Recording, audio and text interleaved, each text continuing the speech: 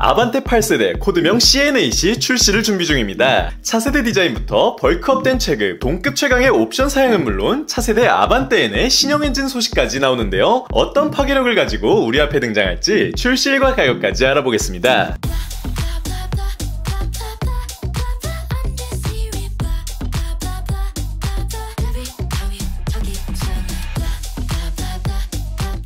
(1990년) 엘란트라라는 이름으로 1세대가 등장한 국산 대표 중준형 세단 아반떼는 지난 2020년 출시한 7세대 코드명 CN7에 와서 국내 준준형 시장의 왕자를 독차지하고 있습니다. 경쟁작이었던 쉐보레 크루즈는 일찍이 단종됐고 기아 K3 역시 실적 하락으로 인해 단종됐는데요. 기대받았던 K3의 후속작 K4 역시 해외 전용으로 확정되는 바람에 준준형 세단은 아반떼의 독주 체제가 확정적이죠. 그런데 이는 국내 시장 한정이고 현대차의 주무대인 북미에는 토요타 코롤라나 혼다 시빅 등 아반떼를 견제할 준준형 모델들이 드글거리기에 조만간 나올 8세대 아반떼 코드명 CN8은 큰 변화를 맞이할 수밖에 없습니다. 과연 어떤 차량이 될까요? 첫 번째 특징 디자인입니다. 현행 모델과 같은 3세대 플랫폼과 우물정자 구조 등을 그대로 가져갈 것으로 보이며 우선 크기부터가 벌크업 될 것으로 알려졌는데요. 경쟁작이 된 기아 K4만 해도 K3보다 길고 넓어졌으며 이는 현행 아반떼보다도 넓은 전폭이기에 아반떼 역시 휠 베이스를 포함한 유의미한 크기 변화를 기대할 수 있죠. 다만 준준형 세단의 매력 포인트 중 하나가 부담스럽지 않은 사이즈였기에 이런 변화는 호불호가 갈릴 수 있을 것 같습니다. 디자인 부분 역시 큰 변화를 준다 알려졌는데요. 얼마 전까지만 해도 현행 아반떼의 얼굴을 이어가는 방향을 택할지 아니면 다른 현대차들과 패밀리룩을 맞춰갈지 고민한다 알려졌는데 지금은 정해진 것으로 보이며 개인적으로는 천편일률적인 일자 눈매를 택하기보단 이번 팰리세이드 풀체인지의 과감한 DRL처럼 캐릭터성을 보다 챙겼으면 하는 바람입니다. 기아 K4는 형제차들보다 날카로운 눈매와 DRL 그리고 시커먼 입으로 보다 내연기관의 맛을 살린 사나운 인상을 만들었죠. 측면부도 기대가 되는데요. 전륜 편향 구조임은 변화가 없기에 엄청나게 짧은 오버행 등 비율적 혁명은 기대하기 어렵지만 그랜저나 산타페, 아이오닉6 등에서 만나본 최신 현대차다운 심플한 맛을 기대할 수 있습니다. 캐릭터 라인이 쭉쭉 뻗는 지금의 아반떼보단 얌전한 느낌을 예상하는 분이 많은데요. 최신형인 기아 K4의 경우 거의 수평으로 뻗은 진정된 벨트라임을 그음과 동시에 완전한 패스트백 루프라인을 통해 쿠페의 맛도 냈었는데 아반떼에서도 흡사한 느낌을 예상하는 분들이 많습니다. 개인적으로 바라는 점이 있다면 이번엔 C필러의 이 큼지막한 삼각 플라스틱 파츠는 지양해줬으면 하는데요. 유광이 아닌 이상 조금은 저렴해 보일 수 있기 때문입니다.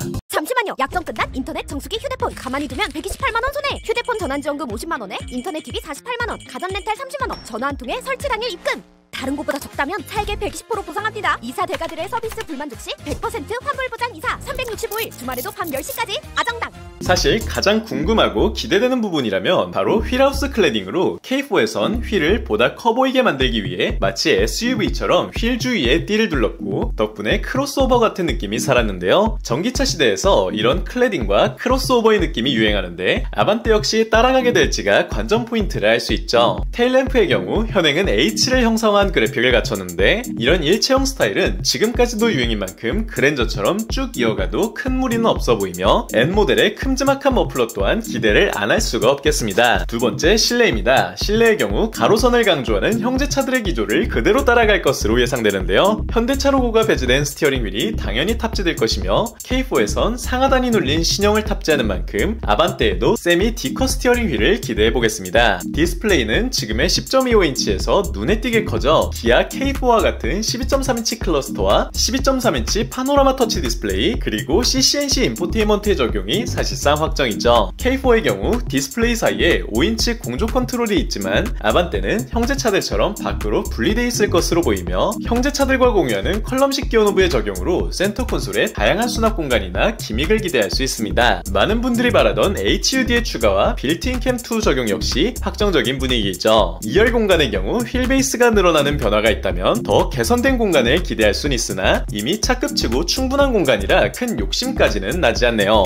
세 번째, 재원입니다. 현재 1.6 가솔린과 LPI, 1.6L 가솔린 하이브리드 구성은 그대로 갈 것으로 예상되며 연비 등에서 소폭 개선이 있을 수 있겠는데요. 사실 가장 큰 변경점은 다름 아닌 N모델에서 기대할 수 있습니다. 알려진 바에 따르면 현행의 2리터 엔진이 아닌 2.5리터 4기통 가솔린 터보 엔진이 신규 적용된다고 하는데요. 지금의 280마력을 넘어 300마력 초반의 개선된 출력으로 더욱 스포티하고 파워풀한 주행을 뽐낼 것이란 이야기가 나오고 있죠. 현행 아반떼엔도 놀라움을 줬는데 풀체인지와 엔진 변경까지 이뤄지면 어떤 평가를 들을지 정말 궁금해집니다. 마지막 출시일과 가격입니다. 당초 전동화 전환이라는 예상과는 다르게 전기차 캐즌과 환경규제 완화에 따라 내연기관으로 출시할 8세대 아반떼는 투싼 풀체인지와 함께 오는 2026년 상반기 공개가 확정적인 분위기인데요. 이로써 2030년 이후까지 내연기관의 수명을 연장하는 것이며 지금의 가격에서 소폭 상승해 시작가 2천 초반은 될 것 같지만 여전히 준준형급 왕자는 손쉽게 차지할 것으로 보입니다. 이 정도 상품성과 가성비라면 8세대 아반떼에 여러분의 지갑이 열릴지 댓글로 알려주세요.